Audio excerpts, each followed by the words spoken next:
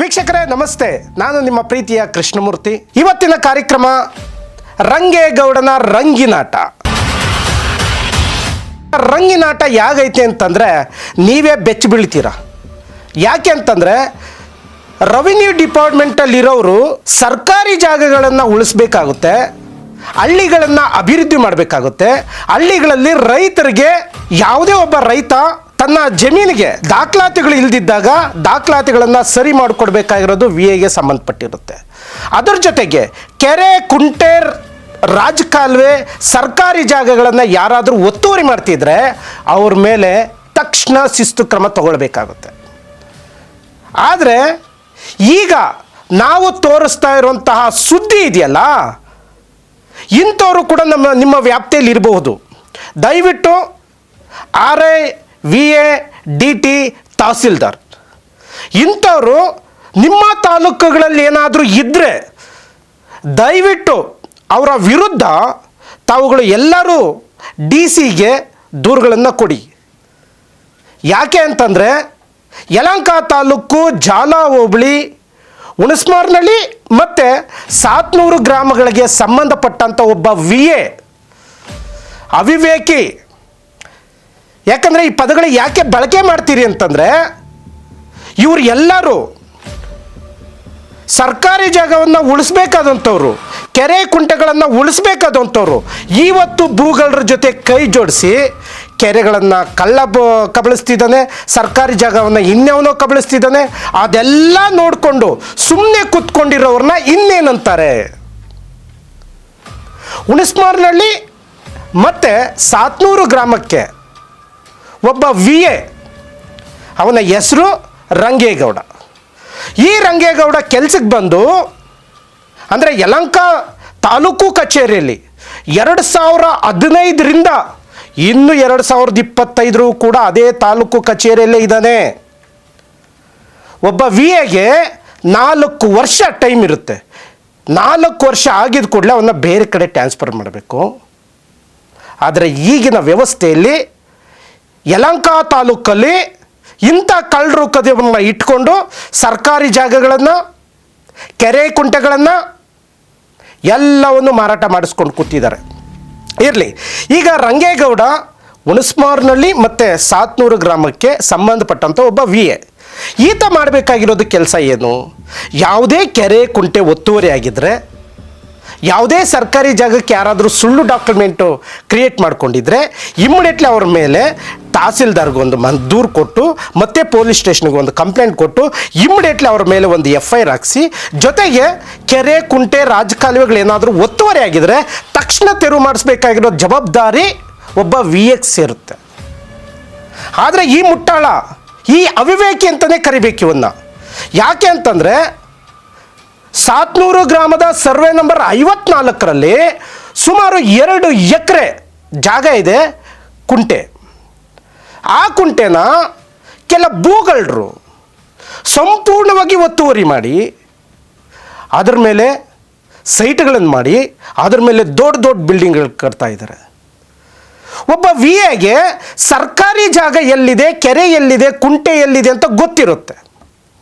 ಆದರೆ ಈ ಮುಟ್ಟಾಳನಿಗೆ 2015ರಿಂದ ಇವನು VA ಆಗಿರೋದು.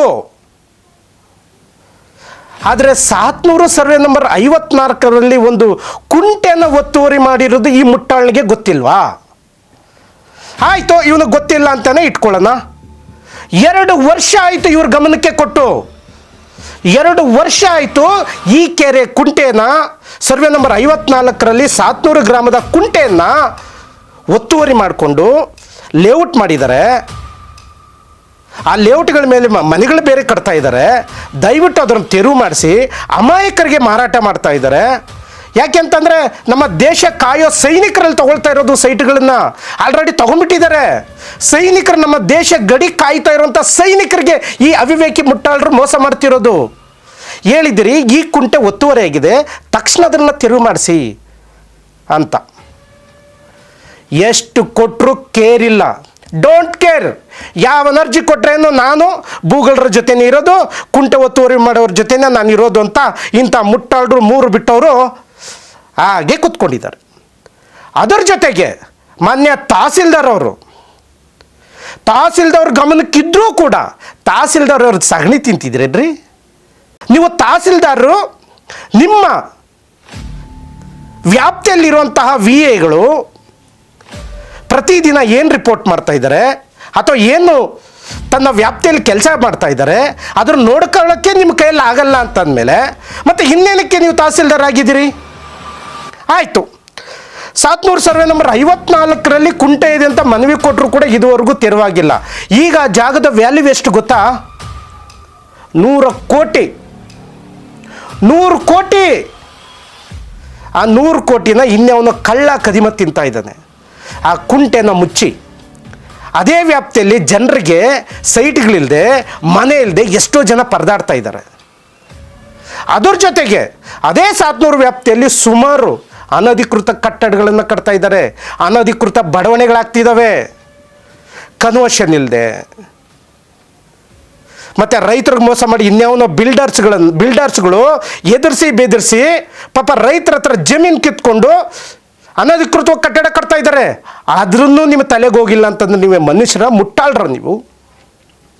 ಇದರ ಜೊತೆಗೆ ಹುಣಸಮಾರ್ನಹಳ್ಳಿ ಸರ್ವೆ ನಂಬರ್ 185, ಇದು ರೀಸೆಂಟ್ ಕತೆ.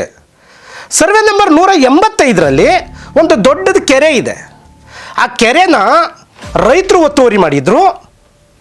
ಅದರ ಜೊತೆಗೆ ಒಂದು ಸ್ಪಿನ್ ಅನ್ನೋ ಒಂದು ಕಂಪ್ನಿ ಕೂಡ ಒತ್ತುವರಿ ಮಾಡಿತ್ತು. ಒಂದು ತಿಂಗಳಿಗಿಂತ ಮುಂಚೆ ಇದೇ ರಂಗೇಗೌಡ ವಿ ಎ ಇವನಿಗೇನೋ ಈ ರಂಗೇಗೌಡ ಈ ಮುಟ್ಟಾಳ್ನಿಗೆ ಡಿ ಸಿ ಅವರು ಅಥವಾ ತಹಸೀಲ್ದಾರು ಉಸ್ತುವಾರಿ ಬೇರೆ ಕೊಟ್ಬಿಟ್ಟಿದ್ದಾರೆ. ಆ ಉಸ್ತುವಾರಿ ಏನಂದರೆ ಆರ್ ಐ ಕೊಟ್ಬಿಟ್ಟಿದ್ದಾರೆ. ಇವನೊಬ್ಬ ಆರ್ ಐ, ಈಗ ಈ ರಂಗೇಗೌಡ ಈಗ ಒಬ್ಬ ಆರ್ ಐ, ಈಗ ಉಸ್ತುವಾರಿ ಅಂತ. ಈಗ ಏನಕ್ಕೆ ಉಸ್ತುವಾರಿ ಕೊಟ್ಟು ಅಂತಂದರೆ ಇದಕ್ಕಿಂತ ಮುಂಚೆ ಆರ್ ಐ ಸಂದೀಪ್ ಸಿಂಗ್ ಆಗಿದ್ದ. ಅವನು ದೊಡ್ಡ ಕಳ್ಳ, ಭ್ರಷ್ಟ ಕದಿಮ. ಅವನನ್ನು 5 ಲಕ್ಷ ಲಂಚ ತಗೊಂಡು ಅಂತ ಹೇಳ್ಬಿಟ್ಟು ಡಿ ಸಿ ಡಿಸ್ಮಿಸ್ ಮಾಡಿದ್ರು ಅವನನ್ನು. ಮತ್ತು ಪಾಟೀಲ್ ಅನ್ನೋವನ್ನ, ಈ ಪಾಟೀಲು ಈ ತಂಡ ಇದೆಯಲ್ಲ, ಪಾಟೀಲು ಮತ್ತು ಇವನು ಸಂದೀಪ್ ಸಿಂಗು, ಇವನು ರಂಗೇಗೌಡ, ಈ 3 ಜನ ಒಟ್ಟುಗೂಡಿ ಇಡೀ ನಮ್ಮ ಜಾಲ ಹೋಬಳಿಯಲ್ಲೇ ದೊಡ್ಡ ದೊಡ್ಡ ಜಾಗಗಳನ್ನು, ಕೆರೆ ಕುಂಟೆಗಳನ್ನೆಲ್ಲ ಒತ್ತುವರಿ ಮಾಡಿಸಿ ಮಾರಾಟನೇ ಮಾಡಿ ಬಿಸಾಕವ್ರೆ. ಸೊ ಉಳಿದಂಥ ವಿಚಾರಗಳನ್ನು ಈ ಸಂದೀಪ್ ಸಿಂಗ್ ಬಗ್ಗೆ ಮತ್ತು ಪಾಟೀಲ್ ಬಗ್ಗೆ ಮುಂದಿನ ಸಂಚಿಕೆಯಲ್ಲಿ ನಾವು ಹೇಳ್ತಾ ಹೋಗ್ತೀರಿ. ಆದರೆ ಸರ್ವೆ ನಂಬರ್ 185 ಹುಣಸಮಾರ್ನಹಳ್ಳಿ, ಅದು ದೊಡ್ಡ ಕೆರೆ ಒತ್ತುವರಿ ಆಗಿತ್ತು ಅಂತ ಹೇಳ್ಬಿಟ್ಟು ಬೆಳಗ್ಗೆನೆ ಒಂದು ಸೈನ್ಯವನ್ನೇ ಕಟ್ಕೊಂಡು ಇಳಿದ ಆ ಕೆರೆ ಹತ್ರ ಇವನು ಮುಟ್ಟಾಳ. ಇವನ ಜೊತೆಗೆ ಪುರಸಭೆಯವರು ಒಂದು ತಂಡ, ಇವ್ರ ಜೊತೆಗೆ ಒಂದು JCP, ಇದ್ರ ಜೊತೆಗೆ ಒಬ್ಬ ತಹಸೀಲ್ದಾರ್ ಎಲ್ಲ ಬಂದ್ಬಿಟ್ರು. ಏನು 185 ಸರ್ವೆ ನಂಬರಲ್ಲಿ ಇರುವಂಥ ಕೆರೆ ಎಲ್ಲೆಲ್ಲಿ ಒತ್ತುವರಿ ಇದೆಯೋ ಅದನ್ನೆಲ್ಲ ಡೆಮಿನೇಷನ್ ಮಾಡಿ ದೊಡ್ಡದಾಗ ಒಂದು ಕಾಂಪೌಂಡ್ ಹಾಕ್ಬಿಡ್ತಾನೆ ಅಂತ. ಆಹಾ, ಈ ಮುಟ್ಟಾಳ ಮಾಡಿದ ಕೆಲಸ ಏನು ಅಂದರೆ ಪಾಪ ಆ ಕೆರೆಯ ಹಿಂಭಾಗದಲ್ಲಿದ್ದಂತಹ ರೈತರಿಗೆ ಬೆದರಿಸಿ ಆ ರೈತರ ಪಕ್ಕದಲ್ಲಿದ್ದಂಥ ಏನು ಒತ್ತುವರಿ ಆಗಿತ್ತಲ್ಲ ಆ ಒತ್ತುವರಿ ಜಾಗಕ್ಕೆ ಕಾಂಪೌಂಡ್ ಹಾಕಿದ್ರು. ಆದರೆ ಇಂಥ ಮುಟ್ಟಾಳ್ನಿಗೆ ಹೇಳ್ತೀನಿ, ಮತ್ತು ತಹಸೀಲ್ದಾರ್ಗೂ ಸೇರಿಸಿ ಹೇಳ್ತಿದ್ದೀನಿ, ನಿಮಗೆ ದಮ್ಮು ತಾಕತ್ತಿದ್ದಿದ್ರೆ ಸ್ಪಿನ್ ಅನ್ನೋ ಕಂಪ್ನಿಗೆ ಯಾಕೆ ನೀವು ಕಾಂಪೌಂಡ್ ಹಾಕಿಲ್ಲ ಒತ್ತುವರಿನ? ಏನಕ್ಕೆ ನೀವು ತೆರವು ಮಾಡೋಕ್ಕಾಗಿಲ್ಲ? ನಿಮಗೆ ತಾಕತ್ತಿಲ್ವಾ? ನಿಮಗೆ ಅಧಿಕಾರ ಇಲ್ವಾ? ಎಲ್ಲ ಇದ್ದರು JCBಗಳನ್ನು ಬೆಳಗ್ಗೆನೆ ತಗೊಂಬಂದ್ರಿ, ರೈತರ ಜಾಗದಲ್ಲಿ ತೆರವು ಮಾಡಿದ್ರಿ, ಅಲ್ಲೊಂದು ಕಾಂಪೌಂಡ್ ಹಾಕಿದ್ರಿ, ಜೊತೆಗೆ ಸ್ಪಿನ್ ಅನ್ನೋನ್ಗೆ ನೀವು ಕಾಂಪೌಂಡಿಗೆ ಆಗದೆ ನರಸತ್ತವ್ರ ಥರ ಎದ್ದು ಓಡಿ ಹೋದ್ರಿ. ಅದೇ ನಿಮ್ಮ ವಿರುದ್ಧವಾಗಿಯೇ ನಿಮ್ಮ ನಾಡ ಕಚೇರಿಯಲ್ಲಿ ಒಂದು ಹೋರಾಟ ಆಗುತ್ತೆ. ಇದರ ಜೊತೆಗೆ ಆಯಿತು, ಕೆರೆ ಹೋದ್ರೆ ಹೋಗಲಿ. ನೆಕ್ಸ್ಟು ಸರ್ವೆ ನಂಬರ್ 158ರಲ್ಲಿ, ಸರ್ವೆ ನಂಬರ್ 158 ಹುಣಸಮಾರ್ನಹಳ್ಳಿ, ಅದು ಸಂಪೂರ್ಣವಾಗಿ ಸರ್ಕಾರಿ ಖರಾಬ್ ಜಾಗ. ಅದರಲ್ಲಿ ಎಂಬೈಝೋನ್ ಒಂದಷ್ಟು ಒತ್ತುವರಿ ಮಾಡಿದ್ದಾನೆ. ಜೊತೆಗೆ ಪೀತಾಂಬರಪ್ಪ ಸ್ವಾಮಿ ಅನ್ನೋ ಒಬ್ಬ ವ್ಯಕ್ತಿ 2 ಎಕರೆಗೆ ನನಗೆ ಮಂಜೂರಾಗಿದೆ ಅಂತೇಳಿ ಸುಳ್ಳು ಡಾಕ್ಯುಮೆಂಟ್ಸ್ ಕ್ರಿಯೇಟ್ ಮಾಡಿ ಒಂದು ದೊಡ್ಡಾಗಿ ಒಂದು ಲೇಔಟ್ ಮಾಡ್ದ. ಅದನ್ನು ತೆರವು ಮಾಡೋಕ್ಕಾಗದಿರೋಂಥ ಯೋಗ್ಯತೆ ಇಲ್ದಿರೋಂಥ ಇವನು ರಂಗೇಗೌಡ, ಇವನೊಬ್ಬ ವಿ ಎ. ಅದರ ಜೊತೆಗೆ ಸರ್ವೆ ನಂಬರ್ 179 ಹುಣಸಮಾರ್ನಹಳ್ಳಿ,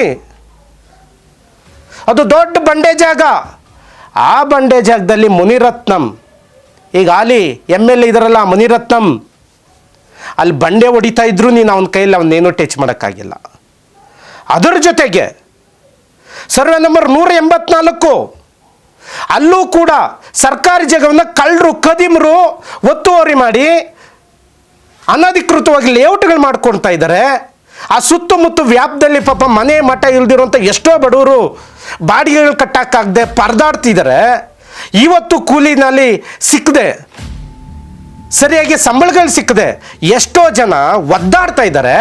ಅಟ್ಲೀಸ್ಟ್ ಅವ್ರಿಗೊಂದು ಗುಡಿಸಲು ಮಾಡೋ ಯೋಗ್ಯತೆ, ಗುಡಿಸಲು ಕೊಡೋ ಅಷ್ಟು ಯೋಗ್ಯತೆಗಳು ನಿಮಗಿರಲ್ಲ ಅಂತಂದಮೇಲೆ ಯಾವನಾದರೂ ಒಬ್ಬ ಬಡವ ಎಲ್ಲಾದರೂ ಹೋಗಿ ಸರ್ಕಾರಿ ಜಾಗದಲ್ಲಿ ಯಾವುದಾದ್ರೂ ಒಂದು ಗುಡಿಸ್ಲಾಕೊಂಡ್ರೆ ನಿಮ್ಮ ಗಂಡಸ್ತನ, ನಿಮ್ಮ ತಾಕತ್ತು, ನಿಮ್ಮ ದಮ್ಮು ಹೋಗಿ JCP ತಗೊಂಡೋಗಿ ಅವ್ರ ಮೇಲೆ ಇಟ್ಟು ಆ ಮನೆಗಳನ್ನು ಕೆಡುತ್ತೀರಲ್ರಯ್ಯ. ಆದರೆ ಇಂಥವ್ರ ಮೇಲೆ ಕೆಡುವ ತಾಕತ್ತು ನಿಮಗಿಲ್ಲ ಅಂತಂದರೆ, ಇಂಥವ್ರ ಮೇಲೆ ನಿಮಗೆ FIR ಮಾಡಿಸೋ ತಾಕತ್ತು ದಮ್ಮಿಲ್ಲ ಅಂತಂದಮೇಲೆ ನೀವು ನಿಮ್ಮ ಅಧಿಕಾರದಲ್ಲಿ ಇದ್ದು ಏನು ಪ್ರಯೋಜನ? ವೀಕ್ಷಕರೇ, ಈ ರಂಗೇಗೌಡನ ರಂಗಿನಾಟ ಇಷ್ಟಕ್ಕೆ ನಿಲ್ಲಲ್ಲ. ಜೊತೆಗೆ ಇವನು ಸರ್ಕಾರಿ ಜಾಗಗಳಿಗೆ RTCಗಳು ಕೂಡ ಮಾಡಿಕೊಡ್ತಾನೆ. ಸುಳ್ಳು ಡಾಕ್ಯುಮೆಂಟು ಕೂಡ ಇವನು ಮಾಡಿಕೊಡ್ತಾನೆ. ಇವನು ಜೊತೆಗೆ ಇನ್ನೊಬ್ಬ ಮುಟ್ಟಾಳ ಇದ್ನಲ್ಲ ಸಂದೀಪ್ ಸಿಂಗ್, ಇದು ನಮ್ಮ 5 ಲಕ್ಷ ರೂಪಾಯಿ ಮೊನ್ನೆ ಲಂಚ ತಗೊಂಡು DC ಮುಂದೆ ಹೋಗಿ ಸಸ್ಪೆಂಡ್ ಆಗಿದ್ದ. ಇದ್ರ ಜೊತೆಗೆ ಪಾಟೀಲ್ ಅನ್ನೋನು ಕೂಡ, ಈ ಪಾಟೀಲ್ ಮತ್ತು ಸಂದೀಪ್ ಸಿಂಗ್ ಇವರಿಬ್ಬರೂ ಸೇರಿ ರಂಗೇಗೌಡನಿಗೆ ಬ್ಯಾಕ್ ಸಪೋರ್ಟ್.